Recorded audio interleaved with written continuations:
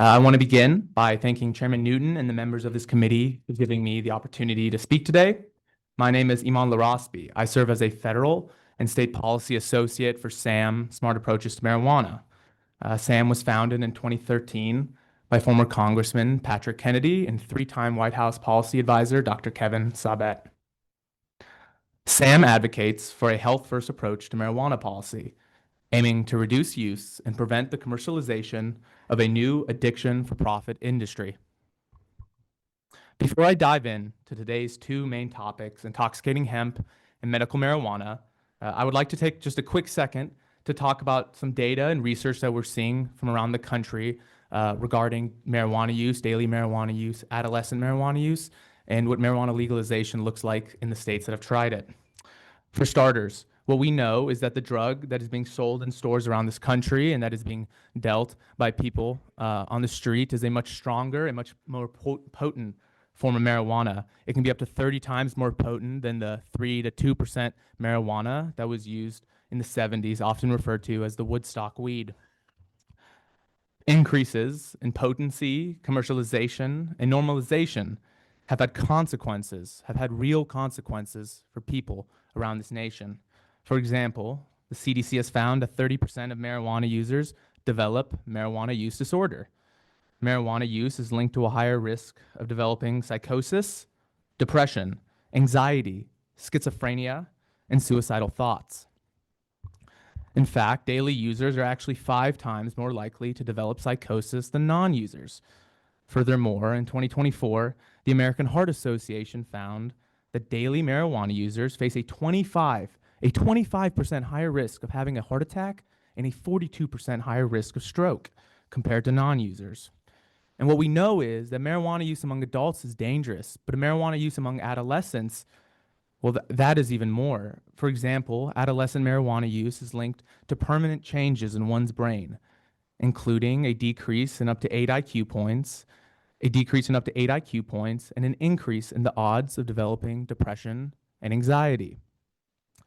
Furthermore, a study conducted by Columbia researchers found that teenagers who use marijuana are up to 4 times more likely to develop depression and suicidality than non-users. I've discussed the data. Now let's look at what legalization looks like. In Colorado, since 2013, when marijuana was legalized, they have seen a 138% increase in traffic deaths where a driver tests positive for THC. Furthermore, today in Colorado, the most common found substance in the toxicology reports of children aged 10 through 19 who take their own life is marijuana. In Denver, researchers have found that neighborhoods next to marijuana businesses experience up to 85 more property crimes compared to areas that do not have a marijuana dispensary. It's very important that I explain some of the harms related to marijuana use and the legalization of it, because intoxicating hemp products like Delta 8 carry many of the same risks and health effects. As many of you may know, the 2018 Farm Bill unintentionally opened the door for hemp-derived, kid-friendly THC products to be sold in stores nationwide. Lawmakers never intended this. In fact, that we know, the main architect behind the 2018 Farm Bill recently said it was a mistake. What we know is they meant to legalize industrial hemp, not these THC products that we're seeing, not these gummies, not these chocolate bars. No, they meant to legalize industrial hemp, which is used to make bags and ropes. Furthermore, what we know is that Delta 8 is nearly identical on a chemical level to Delta 9 THC. It's addictive, and it can carry many of the same health risks, as I noted earlier. According to the FDA, Delta 8 THC use is known to cause hallucinations, vomiting, tremors, anxiety, dizziness, confusion, and loss of consciousness. Additionally, from 2021 to 2025, there were over 10,000 poison control reports of Americans being poisoned by Delta 8 THC. In fact, many of these reports were young children. In 2022, a young girl died after eating Delta 8 THC edibles. She found her mother's supply and she ate it. The Virginia Department of Health found that the sole cause of death in this young child was delta 8 THC toxicity. In 2024, a Monitoring the Future survey found that 12% of 12th graders use delta 8 THC, an increase from the year before. And you know, these statistics, they're not surprising when you look at the type of product that is being sold. I mean, these are gummies. These are chocolate bars. As mentioned earlier, these are products that you find next to other forms of food and you know, these are meant to be marketed for kids. And you know, the intoxicating hemp industry will look at you in the eyes and say, well, you know, adults like gummies too, but is it worth it? Absolutely not. Quote unquote regulation of these products is no different than legalizing marijuana, full stop, which is why I'm here to advocate for a complete ban on intoxicating hemp products. Speaking of legalizing marijuana, let's discuss medical marijuana. We at SAM fully support the FDA's drug approval process, which is why I believe it is reckless to promote medications that have not gone through this process. We support the development of FDA-approved medications that can be prescribed by a doctor, dispensed by a pharmacy, and subjugated to the appropriate controls. In fact, there's real examples of this. Marinol. Marinol is an FDA-approved medication that is derived from marijuana. But Marinol comes in a pill, and it's prescribed for patients who have nausea and to raise appetite. However, Marinol isn't smoked, it's not vaped, and it definitely does not come in the form of a blue raspberry gummy.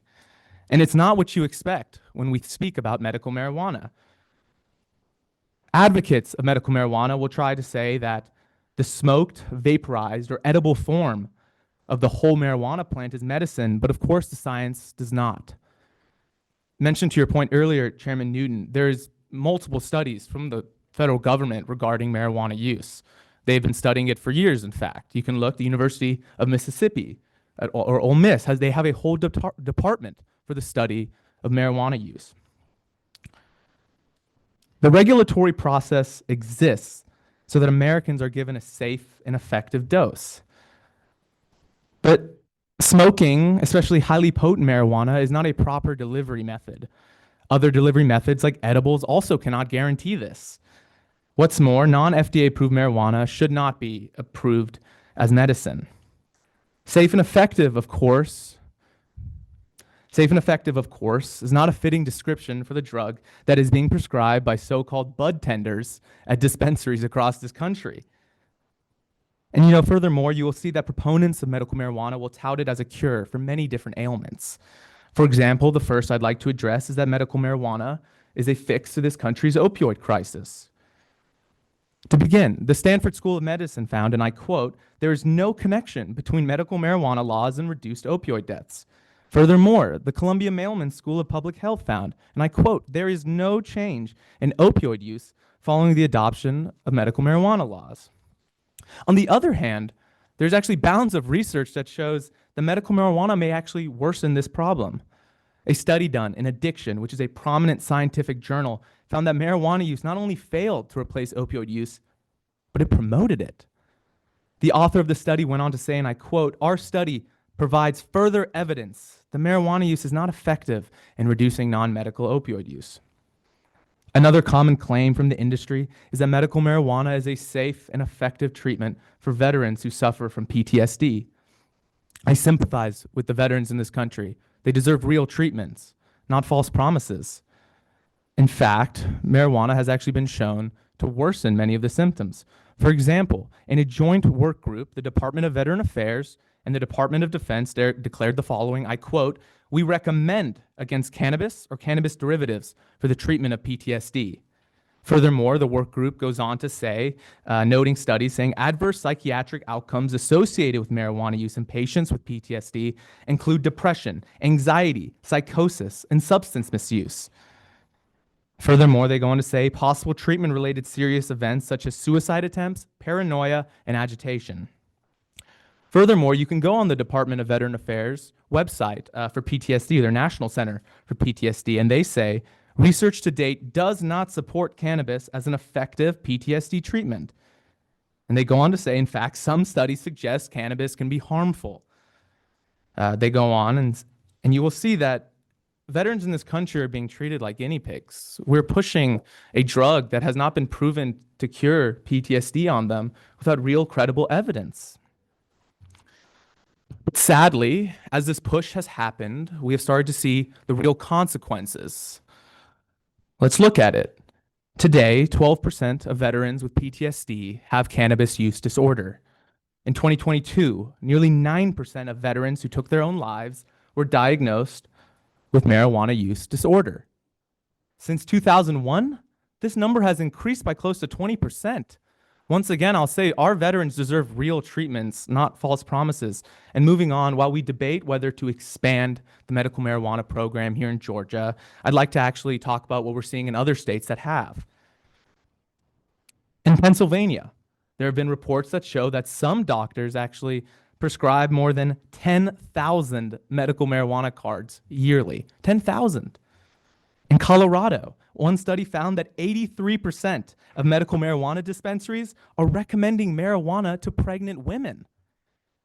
Furthermore, one study has found that 81% of medical marijuana users also use the drug recreationally, compared to just 19% of users who use medical marijuana exclusively for medical purposes. In conclusion, Sam advocates for a complete ban on intoxicating hemp, as any attempts to regulate these drugs would be legalizing recreational marijuana. Additionally, Sam also opposes the expansion of Georgia's medical marijuana program, as doing so would put real people at risk while filling the pockets of an addiction for profit industry, the marijuana industry. I urge the members of this committee to prioritize public safety over the bottom line of an addiction for profit industry. Thank you for your time. Thank you for your presentation. We do, if you can, give us some of your handout if you have one, and send it to us later that we'll get, so because we are going to be studying this for some time. If there's all the data can also be found on Sam's website. Thank you. Thank you. We do have a question. Not necessarily a question. Or a question or a comment. Go ahead. Thank you, Mr. Chairman. I think it's, I've certainly have listened intently to what we just heard, and I certainly sympathize and empathize with all these stories. But I do want to point out that if some of this stuff happened before last year, we may have had these products, but the Agriculture Department did a wonderful job last time in 24, I believe, with 494, and a lot of the issues with the hemp have been addressed. You have to be 21 now to buy it. The packaging has changed. You have to have a COA, a barcode, and so you know what's in the product. A lot of the issues with overdoses and those synthetic products have come in gas stations, that products have been delivered from China, laced with other things. God knows what was in them. But our Agriculture Department is doing the best they can. And they have, I think, some more enforcement people come on board. And I know they've got a very aggressive enforcement program to try to get these illegal products away from the public. And they should be commended for that. As far as the marijuana discussion, all of those issues were illegal products. And I think it's important that we can separate our legal product regulation in Georgia from the illegal products. That I noticed we got some law enforcement back here, and I know they have their hands full taking care of that. But I just want to make that statement so we clarify that. Thank you, sir. Representative Ridley. I have one other comment. With yourself and the others who spoke before you, you all talked about how the statistics from going illegal to legal, or the more ER visits, things like that. But it would be interesting to see how that still compares to things that are already legal, like alcohol or tobacco or opioids. Because when you say, well, it went up from being illegal to legal 178%, but then when you do a Google search and it says it's still less than 1% of ER visits, it's not. So it's just would like to see some clarification there. Yeah, I actually, and I can provide you with the data, but what we've seen so far, and like I stated, the addition of these medical marijuana laws have not helped with these issues. It hasn't caused opioid use to go down. And I understand that the opioid crisis is a very serious problem, but if one of your taillights is broken, you don't break the other one. There's no reason to. More like one of the statements you said is when you have a smoke shop, you have 85 more break-ins a year. Yes. But like, what about a liquor store? How many more break-ins does a liquor store have in its community, or a tobacco outlet? So I'm just trying to compare it to things that are already legal, so you can say, hey, it's worse than what's already out there, or actually it's not. So we can compare to what's already legal and socially acceptable. Does that make sense? Yeah, I understand. So you're saying if alcohol is just as bad, why does it matter? Or No, like if alcohol, like you're saying, you have a smoke shop that sells a THC product, you have 85 more break-ins a year. How does that compare to a liquor store? Okay. A liquor store is legal and socially acceptable, and be like, well, it's actually 3 times as bad for the community as a liquor store is, which is legal, and this is an illegal product, or things like that, to have a comparison to something that is a known standard across the country. And once again, I'm happy to get you that data. And I think comparatively, right, these are substances that are these are drugs that are misused. But I will say there is ample amounts of evidence, like I pulled, that it doesn't matter. Like, and I can get you that data for sure. But if you place a marijuana dispensary in a neighborhood like we saw in Colorado, crimes do go up. I don't have off the top of my head what happens if you put a liquor store. But I don't see a reason to put a marijuana store there just to test or to see, like, because we're going to see an increase either way. Representative Clark. Thank you, Chairman. I was going to say, I know you mentioned opioid usage does not go down, but I know in Utah, when they passed medical marijuana, they saw just there was two things. One, they had 186 patients who had chronic pain, and they saw an 84.4% drop in opioid usage. But also, the state of Utah saw a 53% across the board drop in opioid usage. So, I mean, I do believe it drops. And I mean, and also just one of the things just to mention, you mentioned veterans and all that. I've served in the Green Berets. I've been in combat. I had a bunch of buddies who've been in combat. Thank you. And I know for a fact, and I know these guys very well, going on the medical marijuana, and I'm not saying it fixes everything, but I know it's helped those who had severe injuries have pain for the rest of their lives, and it's helped come off opioids using that. And I've seen it also with the PTSD. And I'm not saying it fixes every person. Medical marijuana is the absolute fix to all, but I have seen it directly. So I think we need to have an open mind. I think we can do a figure eight with any data and all that to fit our narrative, but I think we have to have an open mind, and I have that. And I think we have to continue to discuss, because I have seen it directly save buddies' lives. So I may have to disagree a little bit on how you frame some of those points. Certainly. Can I answer, or is that? We're going to need to wrap up. I'm going to let a couple of members of the committee wrap us up here. Representative Williams. Thank you, Mr. Chairman. Thank you for today. I think you've done a wonderful job. This is a compelling issue. There are a lot of thoughts on, and I do think that it showed today, based on what Representative Clark and Representative Ridley said, I would certainly be open to hearing some of the pros that didn't get an opportunity. Those that are for, that didn't get an opportunity to testify today. I didn't have that plan, but thank you. We're used to that. Come on. Ms. Russell. Thank you. I just have one question. I was trying to jot down in my mind as you were talking about some of the Delta 8 products, but I have kind of a similar question that I asked previously. When you say Delta 8, do you mean specifically that, or is that more of an umbrella term? Because I know that oftentimes things are marketed as Delta 8, but they're actually other cannabinoids. And so I'm just curious to any kind of data that we can get. I just kind of, everything that we hear, I kind of want to know, and maybe I'm being a nerd, but I kind of want to know specifically like what we can tie that to. Yeah, of course. I think with the 2018 Farm Bill, like I mentioned, there was an increase. And, they name it different things, but Delta 8 THC was what I was referring to specifically in this data, which is, there's Delta 7, there's Delta 6, I'm sure. Every day there's a new one, but I was specifically referencing Delta 8. Thank you. And one last thing, Dr. Fowler. Hi, thank you. I would like to hear you expand a little bit on the opiate statements that you made when we look at across the United States, which Representative Clark brought up Utah, but we see a national fall of 16 to 19% in opiate prescriptions in a state once it's converted to, or starts a credible medical cannabis program. Are you talking about opiate prescriptions filled, or are you talking about illegal opiates? Because that's kind of a broad statement that I'd like some clarification on. Yeah, and so overall, and I'm happy to share this data with you afterwards, but overall, the data, from what I've seen, has shown the medical marijuana laws have not reduced opioid use disorder, or has it stopped the usage of prescribed opioids to patients now. We'll see if we can get some data on all this. I know there's a We'll lot be of happy anecdotal to. data, but I'm very happy to. let's do look. I know